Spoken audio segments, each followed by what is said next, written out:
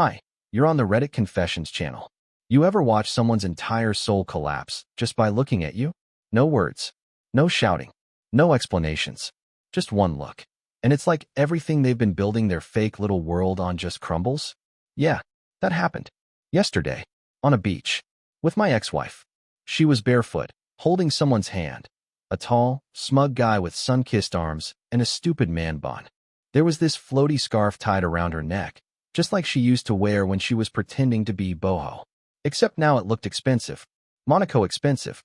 Her laughter cut through the ocean breeze until her eyes found me. And then, her expression shattered. But let's rewind. Not all the way. Just far enough to understand the punch in the gut I felt when she saw me, like I had done something wrong. You see, I never got closure. When Delaney walked out, she didn't slam a door. She didn't even leave a note. One evening, I was at the hardware store picking up sealant for a leaky faucet she said was driving her crazy. When I got home, she and half our furniture were gone. Gone like a magic trick. Like she was never real to begin with. Only the dirty dishes and our wedding photo on the floor remained, shattered glass around our smiling faces. I didn't scream. I didn't call her. I didn't even post about it. I just stood there, holding that stupid sealant, wondering if the leak even existed or if I was just patching holes in something way deeper. 3 years passed. I didn't see her, didn't hear from her. I drive past places we used to visit, and it felt like I was watching someone else's memories. Until that beach. Until her frozen stare. Until I noticed the tattoo on her ankle, the one she used to hide, was completely gone. Laser removed. Like her past with me was a stain she scrubbed off. But the real twist? She wasn't alone. Behind her, waddling through the sand, was a child. A girl. Curly dark hair. No older than 2. My chest collapsed in on itself. Not because she moved on. Not even because she might have had a child with another man.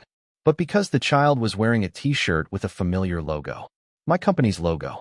The company I built from scratch before she left. That's when I realized she hadn't just left me. She'd stolen a whole piece of me and given it a new name. Her eyes locked with mine for only a second, but in that second, a lifetime of lies burned through whatever illusion she had built. I stood still, as if the sand itself had grabbed my ankles and refused to let me move. Meanwhile, the man next to her glanced at me, squinting like I was just some random beachgoer, and then leaned in to say something to her. She didn't respond. She couldn't. Her face had turned pale as if the blood drained all at once. And then I saw the child. I wasn't imagining things. The toddler toddled awkwardly behind them, clutching a plastic shovel, wearing a pale blue t-shirt with my company's old logo plastered across the chest, a logo I had designed in my garage using a cracked version of Photoshop. That logo had never gone public. It wasn't on the website. It wasn't on merchandise. Only a few prototypes existed. And Delaney had one. I stood there, my chest hollowing out as 1,000 questions flooded in, each one heavier than the last. Had she stolen the design? Was she profiting off something I built while I was drowning in silence? Was this kid, her kid, somehow connected to me? 3 years ago, when she left, Delaney didn't just walk away from a marriage. She walked away from a life we had been building, brick by careful brick. I spent months thinking it was my fault. That maybe I wasn't ambitious enough. That maybe she got tired of me coming home smelling like burnt coffee and printer ink. That maybe she needed someone who didn't flinch every time someone raised their voice. But now, watching her pretend to laugh again, watching that little girl stomp in the sand with my company's logo on her chest, I realized something much darker was at play. This wasn't moving on. This was rewriting history. My history. She turned away quickly, pulling the man along, trying to act like she hadn't just seen a ghost. But I wasn't a ghost. I was the buried truth. And I wasn't going to stay buried anymore. I didn't move. I didn't call out her name. I just watched as she fumbled for control. Delaney's hand gripped the man's arm like she needed grounding, but her eyes darted, first at me, then at the little girl, and back again. He asked something, probably what was wrong, but she shook her head so fast and so sharp it looked rehearsed, like she'd practiced this moment in nightmares she swore would never come true. They turned. Not casually, hurriedly. She scooped the child into her arms, nodding toward the beach exit. The man followed, trying to keep up. She kept glancing back, thinking I might approach. But I didn't. Not then. I needed more than confrontation. I needed truth. I needed her lies to collapse on their own, and I knew exactly how to start. Back at my place, I dug through a dusty old shoebox of things I should have thrown away years ago. Receipts, old thumb drives, logo mock-ups, a single photograph of us at the original launch meeting for my company. Her expression in that photo hit differently now, not joy, but calculation. I plugged in a USB I hadn't touched since she left. Among half-finished files and branding notes, I found something chilling, a prototype email she'd written but never sent. The subject line read, "Transition Strategy, Ownership Shift." The content? A breakdown of how the company could quietly shift leadership and remove personal entanglements. She had planned to take it all. She didn't just leave me. She had erased me from the foundation I built. And now, 3 years later, she was back. Not because she wanted to be, but because fate had pulled her into my orbit again. I couldn't let this slide. Not just for me, but for that little girl too. Because if what my gut was screaming was true, that child wasn't wearing my logo by accident. She was wearing it because she might be mine. I stared at the screen, fists clenched, breathing shallow. Delaney thought I was gone. But ghosts don't forget. And this time, I was going to make her speak. I told myself I'd wait a day before reaching out. That I'd approach this with logic, clarity, whatever was left of those things inside me. But by morning, I was already parked across from a cafe she used to frequent before she vanished. I wasn't proud of myself. I felt like a stalker, like some pitiful ghost just hoping to catch a shadow of who she used to be.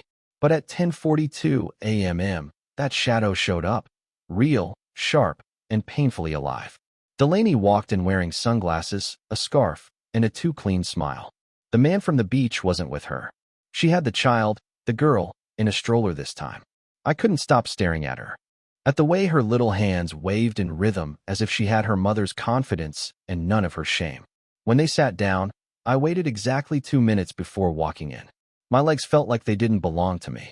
My heart was somewhere near my throat, pounding like it wanted to leave my body altogether. I walked past the barista, straight to her table. I didn't say her name. I just stood there. She looked up, and that mask she wore? It cracked wide open. "Martin," she said softly, like a prayer, or a warning. I pulled out the chair opposite her and sat down without asking. I didn't speak. I just looked at the child. She looked back at me, those same eyes I used to see in the mirror before my smile disappeared.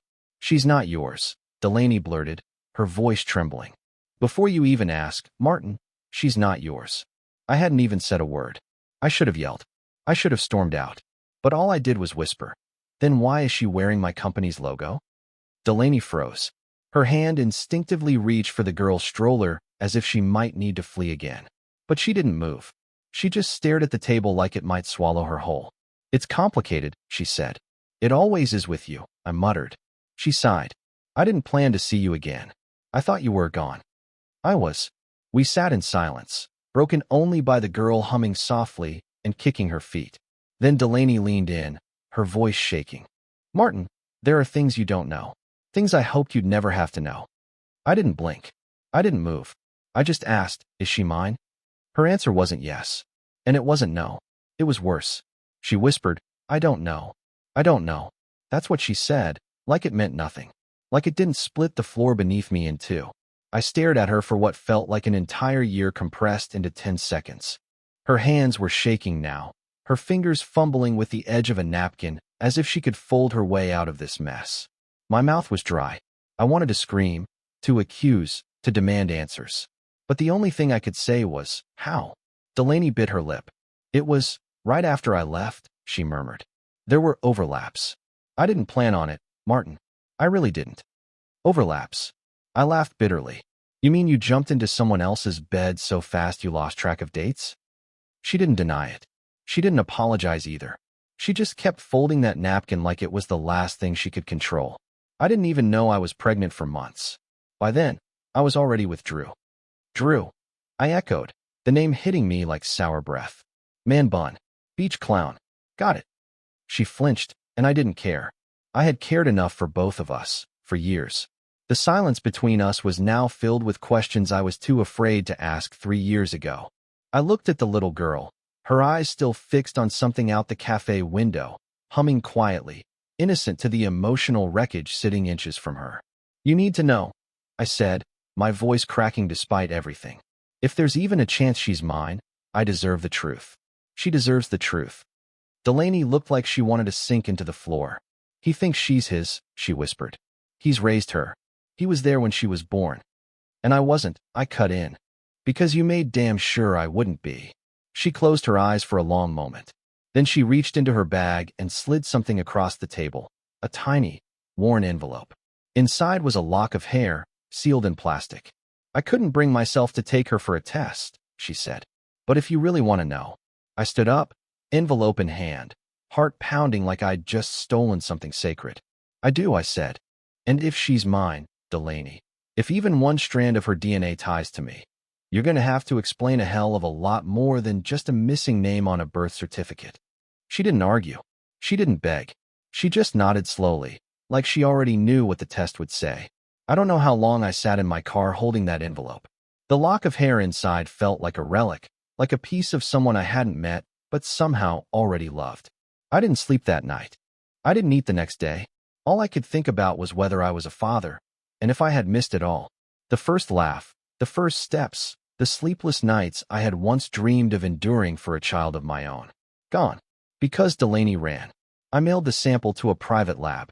No drama. No contact with her. I needed facts, not feelings. The days that followed blurred into each other like wet ink. I still went to work, fixed broken machines, smiled for customers I didn't care about. But I was hollow, a shell with a single question echoing inside him. What if she's mine? Then the results came. I sat alone in my apartment, envelope trembling in my hands.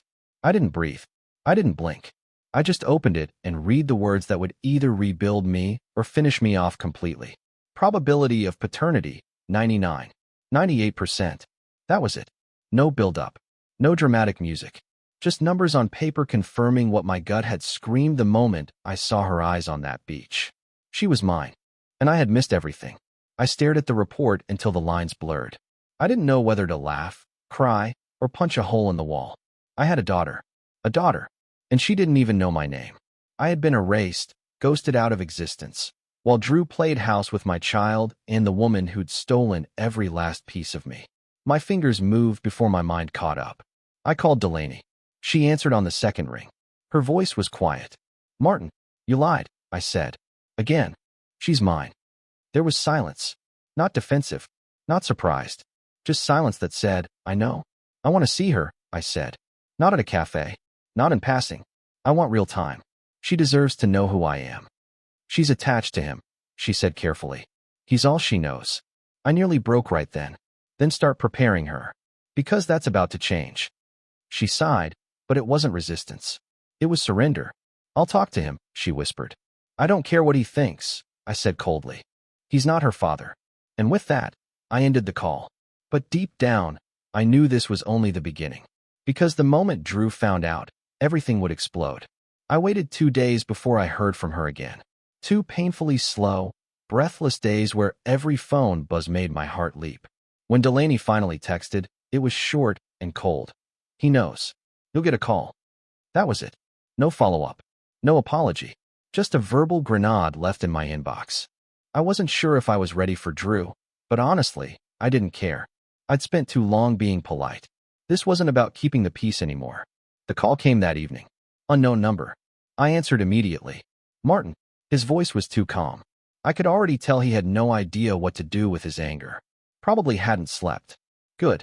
I hadn't either. Yeah, Drew. He was silent for a beat. Then, you went behind our backs and did a DNA test.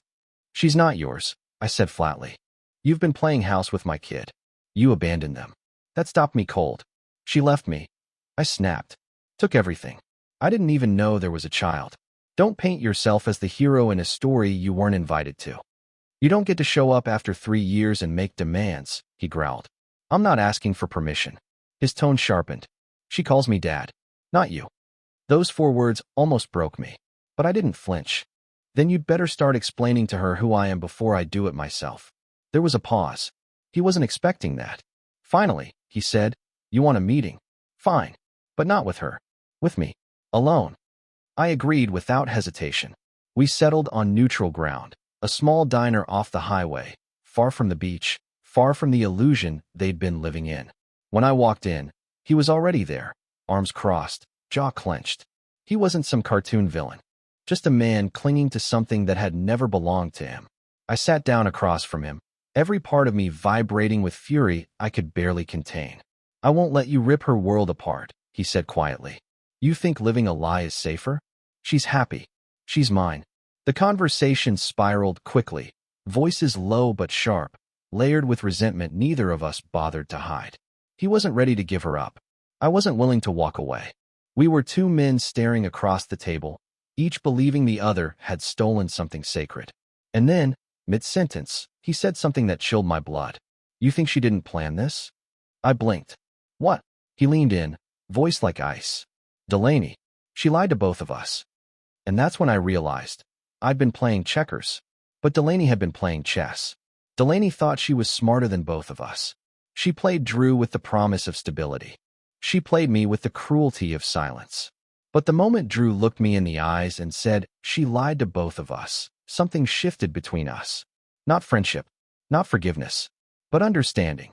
The kind only two broken men can share after being handed the same lie wrapped in different ribbons. We agreed to meet again, this time with Delaney.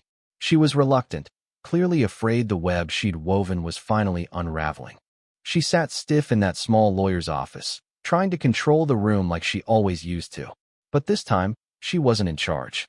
I was. And I brought a copy of the DNA results with her signature from the original birth certificate, erased by omission. "Enough," I said. "She's my daughter. This isn't about punishing you. It's about protecting her." Delaney finally crumbled. The truth tumbled out. She'd known it was likely I was the father, but couldn't bear to give up the clean slate she had with Drew. She wanted the love without the baggage, the future without the consequences of her past. But that's not how life works. And it definitely wasn't going to work for me. It took weeks of meetings, long phone calls, and an honest, court-backed agreement. But eventually, I was given shared custody. The first time my daughter, called me dad, I broke down in my car for 20 minutes. She didn't understand why. She just smiled and asked if I was happy. I told her I'd never been happier. Drew backed away over time. We didn't fight it. He wasn't a villain. He'd been misled like me. And to his credit, he let go with grace, still showing up to her birthdays with awkward small gifts and quiet eyes. There's no bad blood now, just quiet respect. As for Delaney, she's still figuring herself out. We're civil, but I don't look back anymore. I look forward, to science fairs, to skin knees, to piano recitals and late-night nightmares that only I can calm. Because I'm here now, and I'm never disappearing again. Thanks for watching this story on Reddit Confessions. If you were in Martin's shoes, what would you have done when you saw your ex on the beach? Would you have walked away or demanded the truth? Drop your thoughts in the comments. We read every single one.